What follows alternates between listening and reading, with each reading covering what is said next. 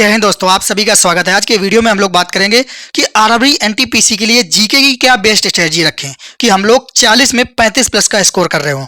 कुछ important topic हैं जो मैंने अभी लेटेस्ट में एग्जाम हुए हैं, जैसे आरपीएफ का हुआ, आरपीएफ कांस्टेबल, आरपीएफ एसआई, इन सभी एग्जाम को देखते हुए जो पैटर्न है, क्योंकि अब रेलवे ने पैटर्न बदल दिया है और उसी के हिसाब से प्रश्न रख रहा है, चाहे वो मैथ का हो, चाहे रीजनिंग का हो, चाहे जीके का हो। अगर आप 5 साल पुराना इतिहास देखेंगे तो वहां बात अलग थी और अब बात अलग है। उसी के अकॉर्डिंग मैंने ये पूरा का पूरा ग्राफ बनाया है कि किस टॉपिक से कितने प्रश्न का और जो मोस्ट हाईलाइटेड टॉपिक हैं कौन कौन से हैं, हर एक चीज इस वीडियो में आपको पता चलेगा। आगे आने वाले समय में मैथ रीजनिंग के भी टॉपिक आप लोगों को बताए जाएंगे, बेस्ट स्ट्रेटजी बताई जाएगी। तो चलिए अपना वीडियो स्टार्ट करते हैं और हर एक चीज बताते हैं। लास्ट में हम लोग बताएंगे कि बेस्ट बुक्स कौन सी है। 2 ऐसी बुक्स हैं वो मैं आप लोगों को बता दूंगा। सबसे पहले हम लोग बात करते हैं जीके कैसे पढ़ें। देखिए, जीके पढ़ने की बेस्ट अप्रोच यही होती है कि जो मेन टॉपिक है सबसे पहले उनको कवर कर लिया जाए। उसके बाद जब वो टॉपिक कवर हो जाते हैं फिर थोड़ा सा बेसिक जो और पॉइंट है उनको भी हम लोग कवर करें और इंपॉर्टेंट टॉपिक के बारे में बात कर लेते हैं। सबसे पहले हम बात करते हैं हिस्ट्री की। देखिए, हिस्ट्री जो मैंने अभी देखा है आरपीएफ कांस्टेबल, आरपीएफ एसआई में लगभग 5 से 6 प्रश्न पूछे गए हैं। और कौन कौन से टॉपिक से? जैन धर्म, बौद्ध धर्म और जो गांधी युग है बहुत इंपॉर्टेंट है। साथ ही ये गुप्त वंश, कांग्रेस के जो अधिवेशन है बहुत ज्यादा इंपॉर्टेंट है। साथ ही ये गुलाम वंश, सल्तनत काल जो है हमारा, गुलाम वंश, खिलजी वंश, तुगलक वंश, ये भी आप लोग पढ़ना है, लेकिन गुलाम वंश के प्रश्न ज्यादा थे। और उसके साथ साथ 1857 की जो क्रांति है वो भी बहुत इंपॉर्टेंट है। साथ ही ये हमारा मुगल काल से 1-2 प्रश्न ऐसे देखने को मिले हैं कि इसका संस्थापक कौन है या इसके बाद कौन सा राजा आया, तो ये चीजें देखने को मिली हैं। साथ ही कुछ राजधानियां थी जो पुराने समय में थी, वंशों की राजधानियां, वो भी पूछी गई हैं। तो ये हमारा हिस्ट्री का पार्ट है जहां से मैक्सिमम आपसे पूछा गया है। अब उसके बाद बात कर लेते हैं जियोग्राफी में 4 से 5 प्रश्न देखने को मिले हैं। इंपॉर्टेंट टॉपिक कौन कौन से थे? नदियां थी, झील, पर्वत, पठार, मिट्टी, वन और फसल, इनसे ही प्रश्न मैक्सिमम देखने को मिले थे। तो ये इंपॉर्टेंट टॉपिक है, ये आपको बिल्कुल तैयार होना चाहिए। उसके बाद बात करते हैं पॉलिटी में 2 से 3 प्रश्न आपको देखने को मिले हैं, वो भी मैक्सिमम अनुच्छेद के। आप देख लेना, कोई भी सेट उठा के 2 आपको अनुच्छेद पूछेगा या राज्यसभा लोकसभा के बारे में थोड़ी थोड़ी डिटेल पूछ दी है बस। और उसके बाद ये भाग पूछ दिए हैं, कौन से भाग में दिए गए हैं। साथ ही संविधान का इतिहास, इससे भी प्रश्न रखा गया है। तो बस यही इतना इंपॉर्टेंट है, ये आपको बिल्कुल एकदम तैयार होना चाहिए। अब उसके बाद बात कर लेते हैं इकोनॉमिक्स के लिए। इकोनॉमिक्स के 2 से 3 प्रश्न देखने को मिले हैं। कौन कौन से? पूंजीवादी अर्थव्यवस्था और मिश्रित अर्थव्यवस्था के बारे में पूछ दिया है। और जो कर होते हैं, प्रत्यक्ष कर, अप्रत्यक्ष कर, इसके बारे में पूछा गया है कि कौन सा प्रत्यक्ष कर है, कौन सा अप्रत्यक्ष कर है। जीडीपी, एमएनपी, एनएनपी, इसके बारे में। और पंचवर्षीय योजना, ये इसके इंपॉर्टेंट टॉपिक हैं। बाकी और जो इकोनॉमिक्स से रिलेटेड प्रश्न बनते हैं, 1 या 2 प्रश्न ये करंट में बन जाते हैं इकोनॉमिक्स से रिलेटेड। अब उसके बाद करंट में आपको 15 प्लस प्रश्न देखने को मिले, चाहे आप आरपीएफ एसआई का उठा लेना, चाहे आरपीएफ कांस्टेबल का उठा लेना। और जिसने भी एग्जाम दिया है आरपीएफ का वो बता सकता है कि हाँ रियलिटी है, करंट के 15-20 प्रश्न देखने को मिले हर एक सेट में। तो आप लोग यहाँ पे 15 प्रश्न तो मान के ही चलिए। तो कौन कौन से सबसे ज्यादा? एक ये नियुक्ति है, पुस्तक, राजधानी, योजना, खेल, विविध, थोड़ा सा इकोनॉमिक्स के 1-2 प्रश्न बन जाते हैं। एनवायरनमेंट से 2-3 प्रश्न बन जाते हैं जो इसी करंट में काउंट हो जाते हैं। इस तरीके से ये 12 से 15 प्रश्न आप लोगों को देखने को मिलते हैं। और उसके बाद बात कर लेते हैं विज्ञान की। देखिए, विज्ञान में 5 से 6 प्रश्न देखने को मिलेंगे। फिजिक्स, केमिस्ट्री, बायोलॉजी, तो मैक्सिमम प्रश्न आपको बायोलॉजी से देखने को मिलते हैं। केमिस्ट्री में आपके फार्मूला बेस पे फार्मूला पूछ देता है। और फिजिक्स में थोड़ी सी जो खोजे हुई हैं, विविध का जो पार्ट होता है बस इतना पूछ देता है। तो जो साइंस का होता है वो बेसिक प्रश्न होता है। अगर आपको कहीं से 1 लाइनर मिल जाए तो भाई उतने से ही काम आपका हो जाएगा। अब उसके बाद बात कर लेते हैं कंप्यूटर से भी प्रश्न आपको एनटीपीसी में देखने को मिलेंगे। चाहे आप प्रीवियस उठा लेना, चाहे अभी के कुछ सेट उठा लेना, वहां पे कंप्यूटर के प्रश्न 1-2 देखने को मिले हैं। और एनटीपीसी में तो 100% देखने को मिलेगा, क्योंकि इसमें आपके टाइपिंग पोस्ट है, काफी पोस्ट टाइपिंग की है, तो इसलिए इस पे कंप्यूटर के प्रश्न जरूर देखने को मिलेंगे, वो भी 2 से 3 प्रश्न। कहां से? रैम, रोम, जनरेशन पूछ देता है। और शॉर्टकट की बहुत इंपॉर्टेंट है, ये शॉर्टकट की 1-2 प्रश्न तो ये शॉर्टकट की के ही रख देते हैं। उसके बाद एमएस एक्सेल, सबसे इंपॉर्टेंट चैप्टर है ये, यहाँ से आपको प्रश्न देखने को मिलेंगे। और इतना आप पढ़ लेना, क्योंकि मैंने हर एक एनालिसिस किया है, हर एक चीज की एनालिसिस करने के बाद ही ये टॉपिक मैं आप लोगों को बता रहा हूँ। उसके बाद स्टैटिक जीके, बहुत ही मोस्ट इंपॉर्टेंट टॉपिक है। यहाँ से आपको 8 से 10 प्रश्न बनेंगे। और ये स्टैटिक जीके में आपके हिस्ट्री के भी कुछ पार्ट होते हैं, कुछ जियोग्राफी के होते हैं, कुछ पॉलिटी के होते हैं, कुछ विज्ञान के स्टैटिक जीके में ले लेता है, और कुछ इकोनॉमिक्स के भी टॉपिक हैं जो स्टैटिक जीके वाले पार्ट में काउंट हो जाते हैं।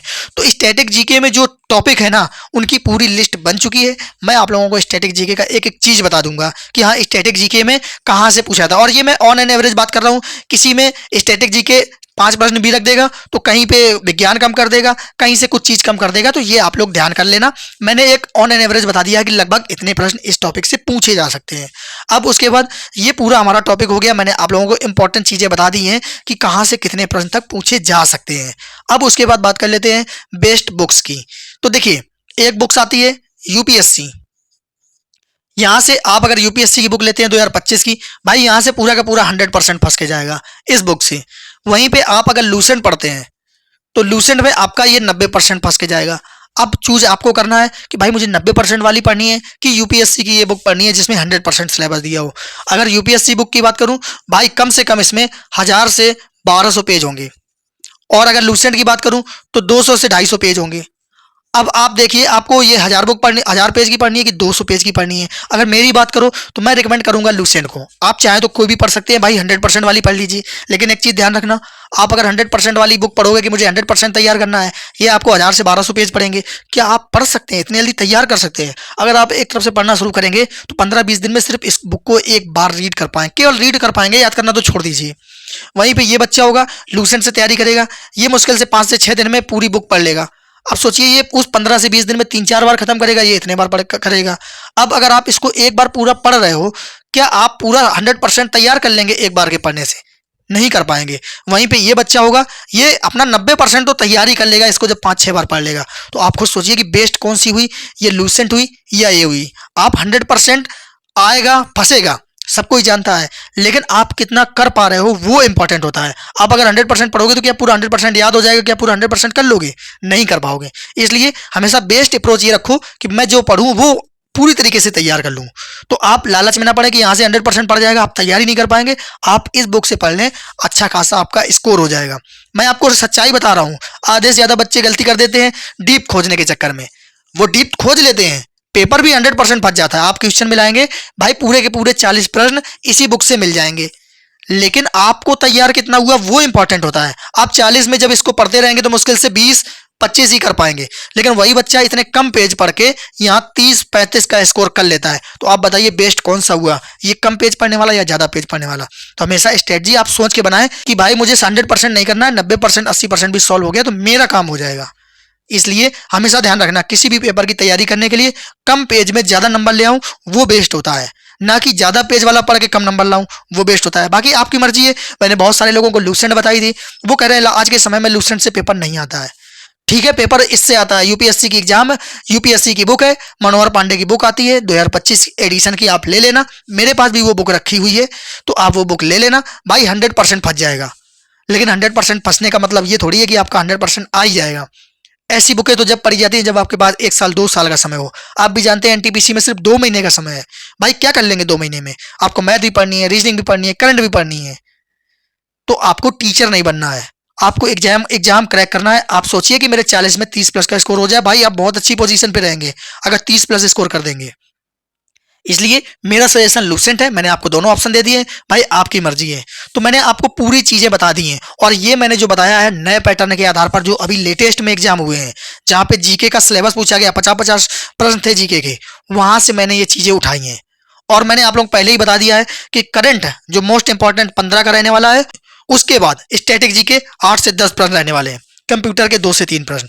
तो आप लोग पहले बड़ा बड़ा चीजें उठाइए, करंट पढ़ते रहिए भाई, 15 नंबर तक 12 नंबर तक आपकी फंसेगी। साथ ही आपका ये स्टैटिक जीके बहुत इंपॉर्टेंट है भाई, इनको इग्नोर मत करना। ये 2 टॉपिक आपके ऐसे होते हैं जो बहुत ज्यादा अंतर पैदा कर देते हैं बच्चों में, और ये ऐसे प्रश्न होते हैं अगर आपने पढ़ा नहीं है तो भाई ये आप कर भी नहीं पाओगे, आएगा भी नहीं, ना आप ऑप्शन एलिमिनेट कर सकते हो, ना किसी तरीके से लगा सकते हो। तो भाई इन पे फोकस पहले कर लेना।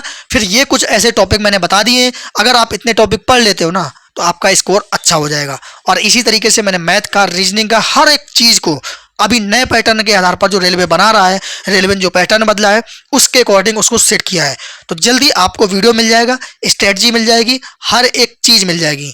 तो आप लोग वीडियो को जरूर लाइक करना, चैनल को जरूर सब्सक्राइब करना, क्योंकि आगे आने वाले समय में रेलवे एनटीपीसी की पूरी गाइडेंस मिलने वाली है, टारगेट मिलने वाला है, हर एक चीज आपको यहाँ पे मिलेगा। अगर आप लोग कहेंगे ये स्टैटिक जीके का जो मटेरियल है, जो मैं टॉपिक आप लोगों को बताऊंगा, वो टॉपिक भी मैं आप लोगों को दे दूंगा, टेलीग्राम ग्रुप पे जुड़ जाना।